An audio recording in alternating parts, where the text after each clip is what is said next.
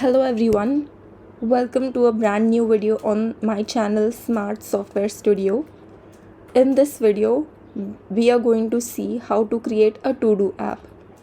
A ToDo app is a very common app and you must have seen a lot of tutorials on it. Anytime you're about to learn a new language, the tutorials recommended mostly are of ToDo apps. And there's a reason behind it, and that reason is CRUD. ToDo is a classic example of CRUD. And if you don't know what CRUD means, CRUD stands for create, retrieve, update, and delete.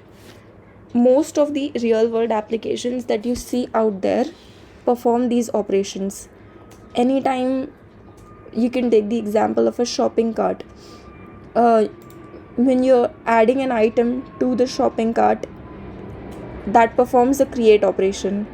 When you go to the cart page, you get a list of all the items that you've added to your cart. That performs a retrieve operation. If you update a quantity on the item on the shopping cart, you're performing the update operation. And if you decide to altogether remove an item from the shopping cart, you perform the delete operation. If you check out any app out there that you use on a daily basis, you will observe that CRUD is used in almost all of them. Anytime you're creating a real world application, the main aim for that is problem solving. And you will notice that CRUD is a very common problem that all of these apps have, that it's trying to solve. I think that's what ToDo does very simply. A very simple app that teaches you how to do CRUD in any language that you prefer. And that is why we're going to learn how to create a ToDo app using React.js and Tailwind CSS for styling. So let's get started. I'm in my terminal and I'll start by first checking out my repository wherein I want to create my app. So I've checked out the miscellaneous folder where I want my app to be, and then we are going to use Vite to create this app. And so the command to create that is npm create vite@latest. That is the command we use. And then it tells me that it needs to install the following package, Vite 5.5.5. okay, sure. So I press the Y to proceed with it, and then it's created a package for it, and it is asking me for a project name. So I give it the project name ToDo, and then the package name ToDo itself, and then I will select React as the language of my choice, and then I'll move on to let's try JavaScript, and that's it. It created my app for me, and now it's asking me to do these steps. So first of all, it's asking me to check out the app that I created, cd space ToDo, and then it's asking me to do npm install. Npm install will install all of the packages that are needed for my app. This will take a couple of minutes, but it will make sure that all the packages that I need are installed in my app. And the next step that I have to perform is npm run dev. This will start my development server. And yes, it did start the development server at localhost 5173. So I go to my browser and I type localhost 5173, and here it is, my app. This is the basic template that shows up every time you create a Vite React app. Let me now open up my app in VS Code. So I'll just open up a new window. I select open. I go to my folder and my app is here. I just select the app and here it is. And you can see the node modules with all the necessary packages, and then my source code, wherein the main file here is app.jsx. This is the starting point of my app. Well, actually the starting point is index.html, which then gives a call to main.jsx, and then main.jsx in turn plants the app in the root element. This is the root element right here. So when main.jsx gets called, it creates a React app, and then it gives the call to my app.jsx, and then it plants the app in the root element right here. That's how it all works. So let's get started. All the boilerplate structure that you see is coming from the app.jsx file. So let's get rid of it. And I can just remove all these stuff right here. I don't need them. All I need is, I think let's start with the traditional way of how we start all our videos. Just ensuring that a basic text renders. Yeah, the basic text is rendering. And now let us set up Tailwind. So to do that, I'm heading to Tailwind documentation.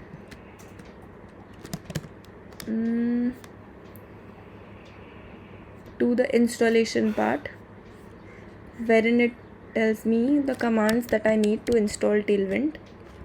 So again, a new tab first, and then I'll check out my app, and then inside my app I do npm install -d Tailwind CSS. Installed. And the next step is initializing Tailwind, npx Tailwind CSS init.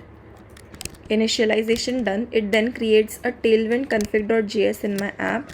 So now that I check out my app, Tailwind config.jsx is present, and then I have to update the content there. So the content right now is empty. I need to tell it which all files it needs to check and apply Tailwind CSS to work for those files. And then it's asking me to update my CSS file with these three.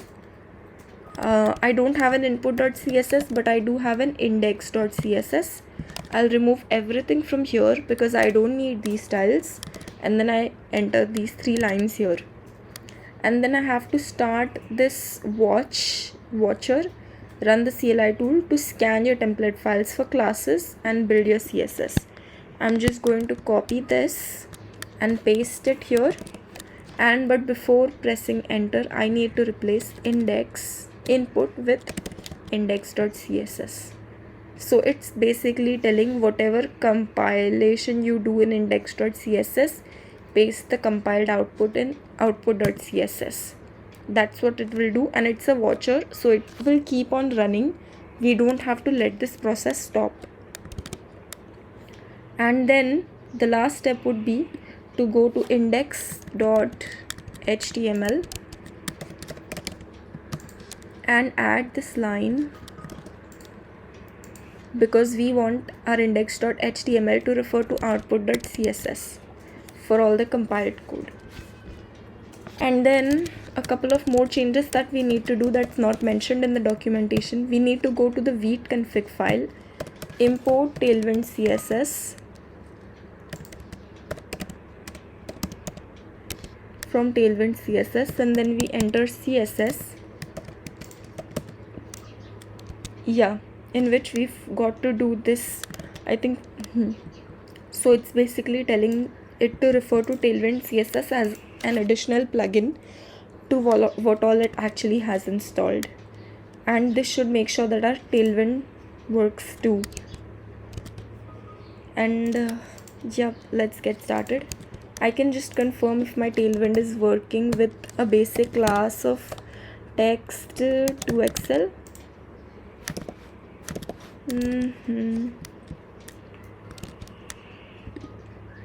Inspect.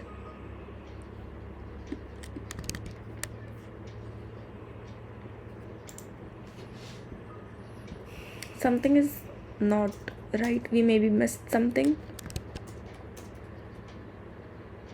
Maybe let's restart this watch server now that we've changed the Vite config. Still not working.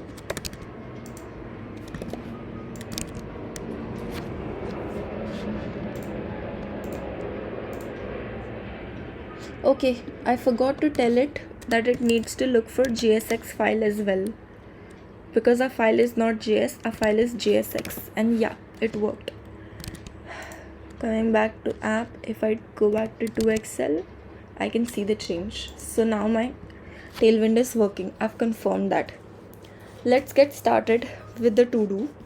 So basically we will have an input field and a button to accept the to-do tasks, and then where will we be storing the to-do tasks? So for that we will be storing all of it in our local storage. We'll learn how to do that in this video. Let's get started. So to maintain the state of, I've kept this hook useState from React. This is already imported here. This helps us maintain the state variables, which means all the variables that are going to affect the functioning of our app, we're going to use it for that. So we're going to have a to-dos list and a set to do, a set to do's function. So basically what this is going to be our list. This is going to save our list, and accordingly anytime that we have to modify the list, it's this variable that we're going to modify. And to modify this list, we're going to use the set to do's function, and to do's is going to be an array and its initial value is nothing. That's why we pass an empty array here. useState lets us maintain a state variable, and in useState we can pass an initial value for our function and a function to update that variable. So that's one thing that we're going to need.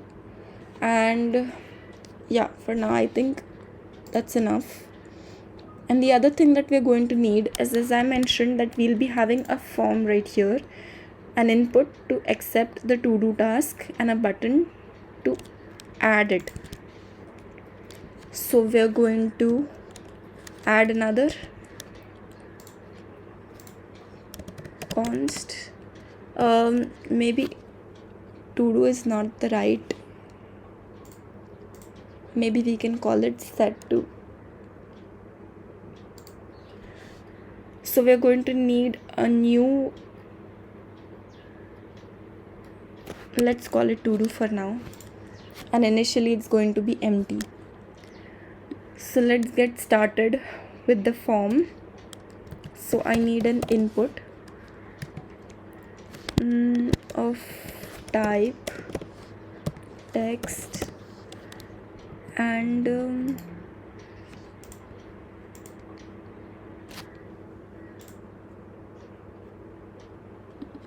we forgot to close it. And then there's going to be a button, and the label of this button is add. So let me remove this class, we don't need it anymore. So I have an input and I have a button. My input is not visible by default because the classes have all gone. So let's give it some class. We'll call it, we want a border around this button. There's a border now, and we want it to have some padding within.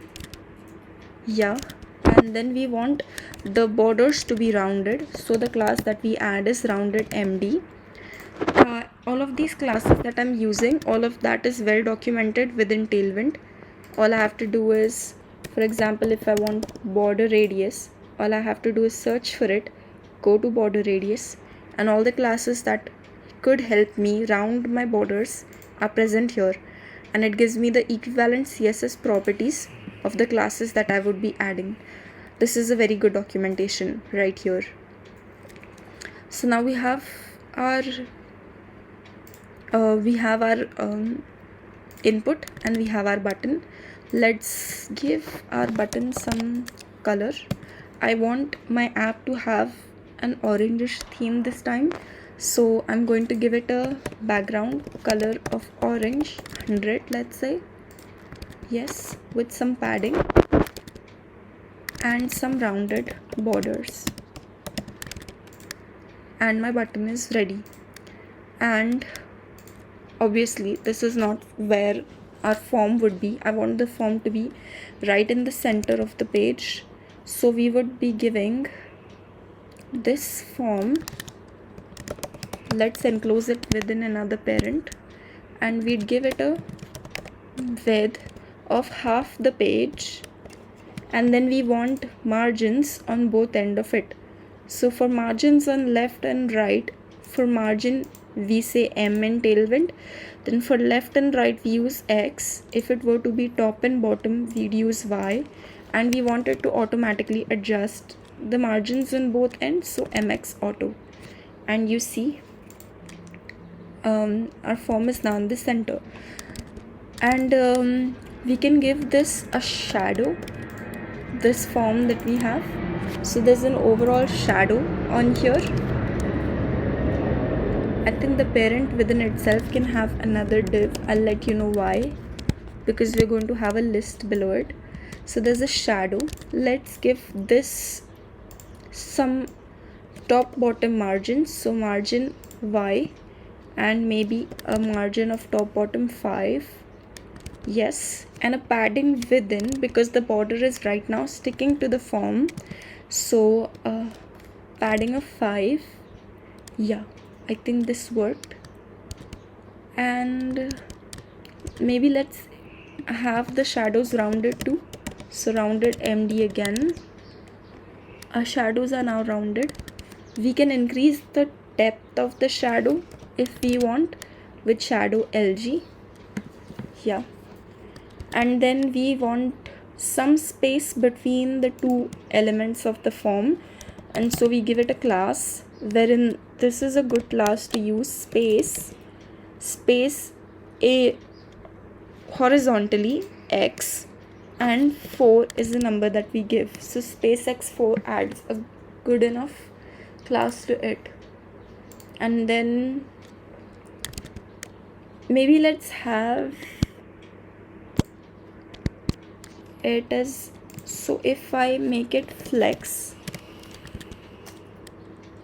and then if I give my input flex 1, yeah, it's taking the entire width of the form and the button is taking only the necessary space. So this is going to be our input. And then now each time the button gets clicked, we want an on click function to add to do. And right now it's not defined, so we have a function add to do. Alright, so for example purpose, before we begin, let's add some dummy to-do datas to our to-dos list. And for now, let's only use the list. Let's get rid of it. The other use state variable, let's only have the to-dos list.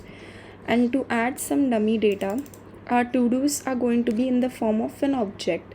An object is a key value pair wherein we have a key and then we have a value for it. So we're going to have certain values for our to-do. The first of it, the most important of it, is going to be the title of our to-do. So I'll give some random example of pay the bill. This is my to-do, and then I would want an ID to it. So I would say self.crypto.random UUID. This will generate a random ID for my to-do.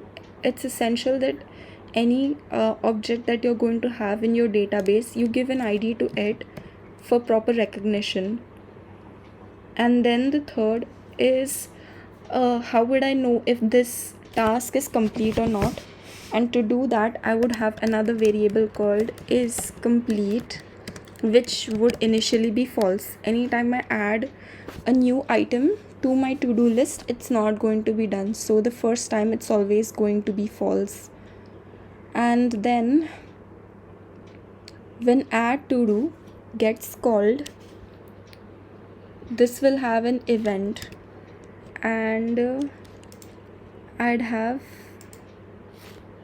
let's give it a class of, let's say, to do input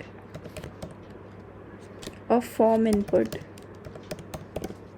This is my ID, and then I would first need the value of the title that I've entered in the input.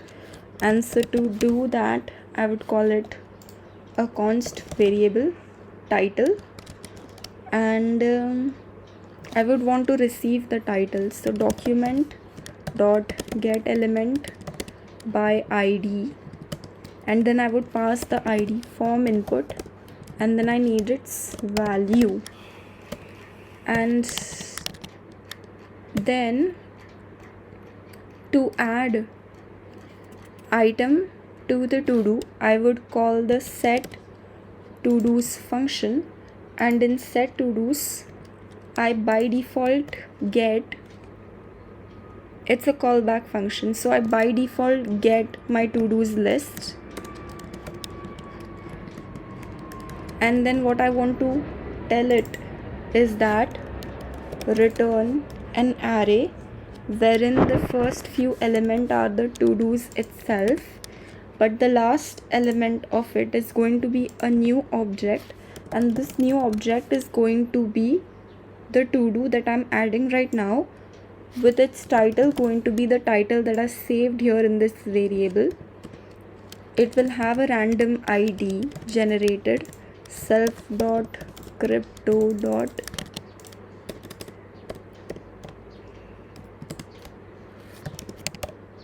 random UUID, and then by default obviously it's not completed, so is complete would be false.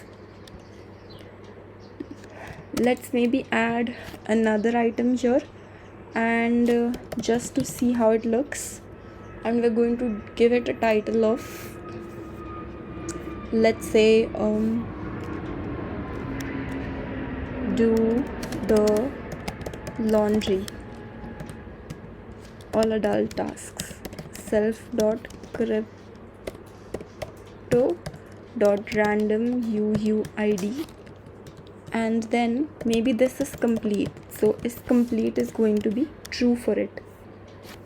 So we already have two items in our to do, and then we would try to add a third item to it using the form. And then once all of that is done, we would want our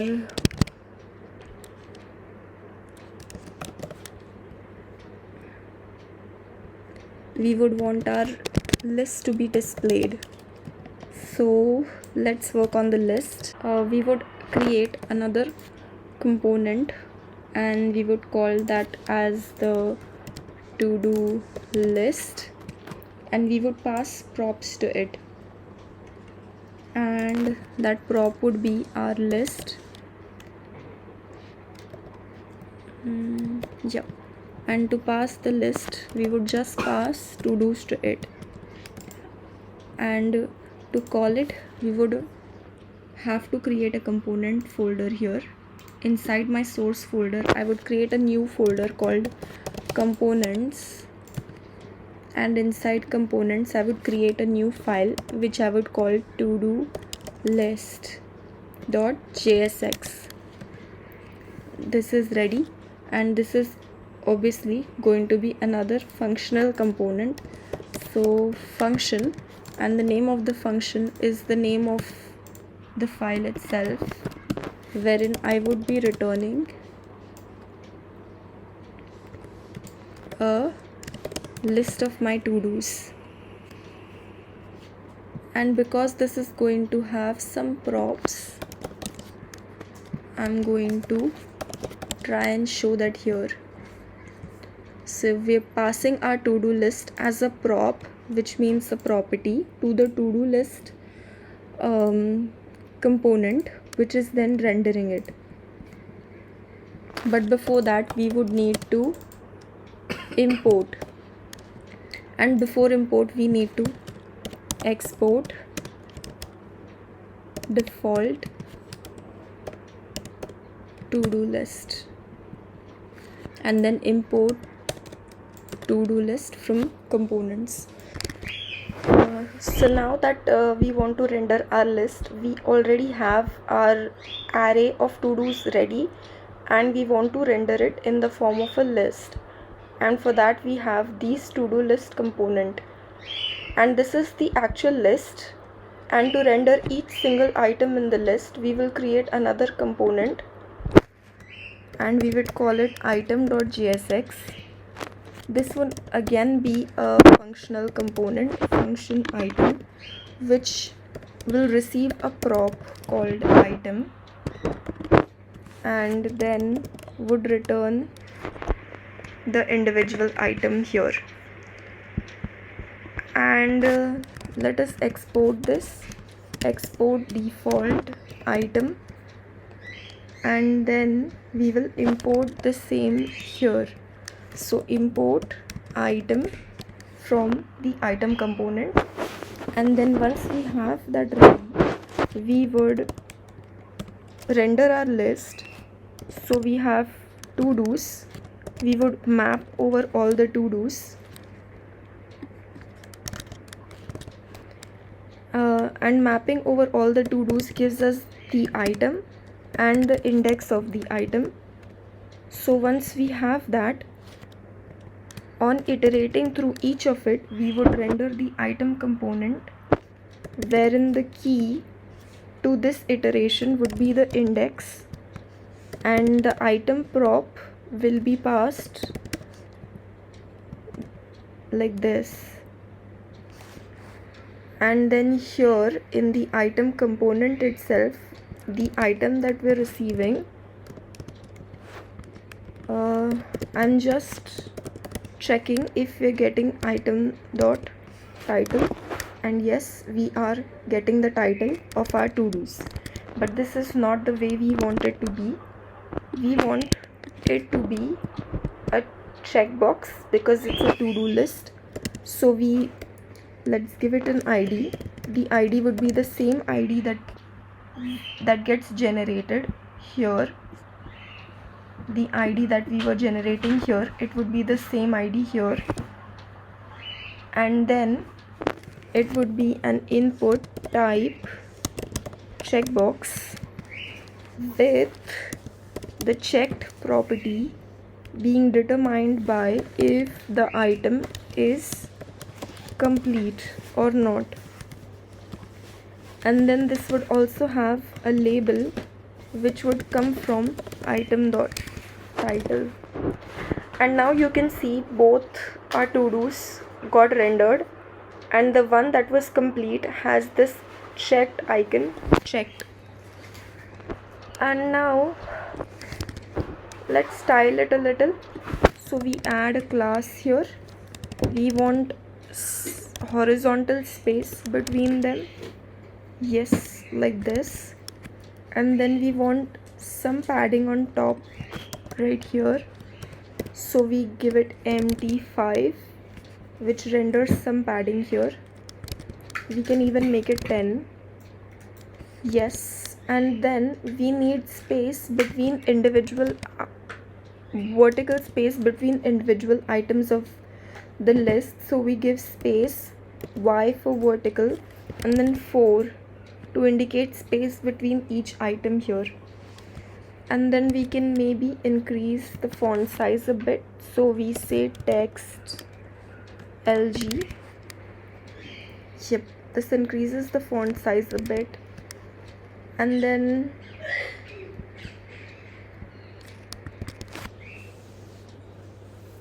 yep, for now this works. Then let's get to the functionality of it all. Right now the to-dos won't change, and there's a reason why. but let's get into the functionalities of it. So we want, anytime I type something here and then I click on add, it should add a to do item, and that's working as expected because we've done this add function right here, add to do. So that's also working as well. So to dos are getting added, but our input did not get cleared once we added the to do. So what we want is, once set to do is done, we want to clear the input. So we would say document dot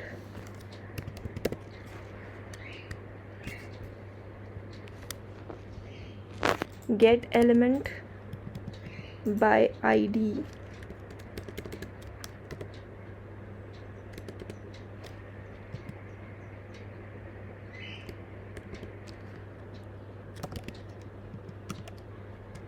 and then the id would be the form input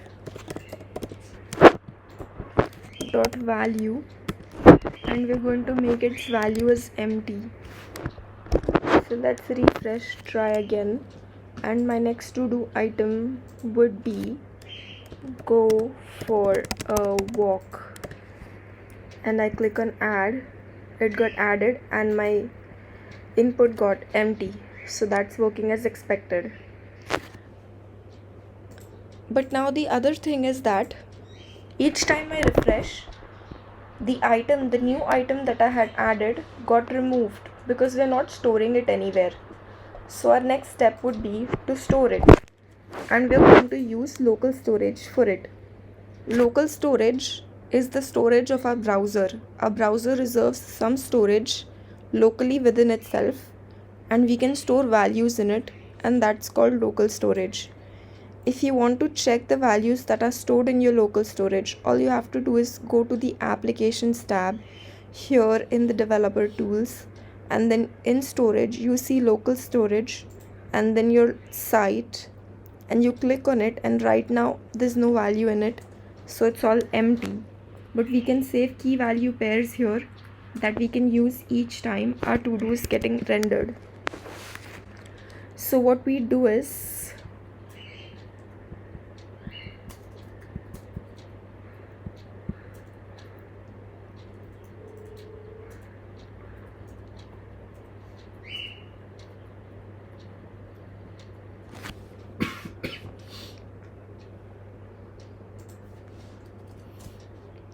we're going to do set to dos, and then once set to dos is done, we're going to add the same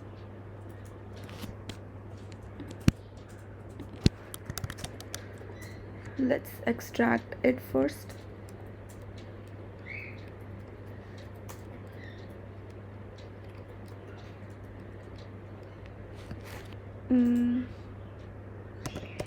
We're going to say item, and then this would be the item, the latest item that's getting created, and then we just pass this item here in set to dos so that it gets added to our to do list. On use effect, here in the array we are going to pass to dos, which means that anytime there's a change in to dos, the callback function here will get called. So when I'm adding a to do here, the callback function here is going to get called, and here I'm going to tell it to set to local storage, which is local storage set item, and then I pass the name, which is to dos, and then I'm going to give it a value. The value is to dos here, but because it's in an object format, I'm going to ask it to stringify this. So json.stringify to dos. This is how I'm going to set items here. Let's check if it works. So I'm going to enter my first item, pay the bill, and I'm going to add it. It reflected here in the list, and if I now go to the local storage here, I see that my first item has been added. And then I'm going to add the second item. Let's say go for a walk, and I add, and I can see go for a walk got added too. So all of it is getting added. I can see them here as well. Now if I refresh the page, all of it went away, but it made it all empty. So what do I do now to fix it? To fix it, what I'm going to do is, here I'm going to update the initial value. It's no more going to be an empty array. Instead, we're going to have a function here that looks for saved items, saved to-dos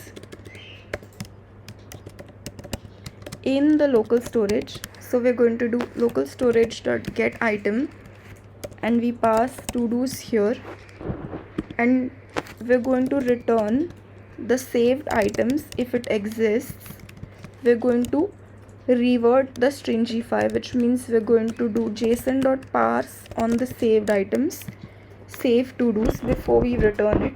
Else the save to-dos doesn't exist, we're going to return an empty array.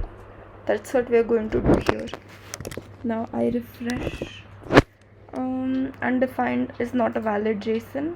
Let me just delete this entry for now, and then coming back here, I have my form back. I'm going to add the first value. Go for a walk is the first value. I add, and then now if I refresh the page, my value is not going away, it persists. If I add the next value, pay the bill, it persists too, it doesn't go away. So my local storage setting and getting both are working.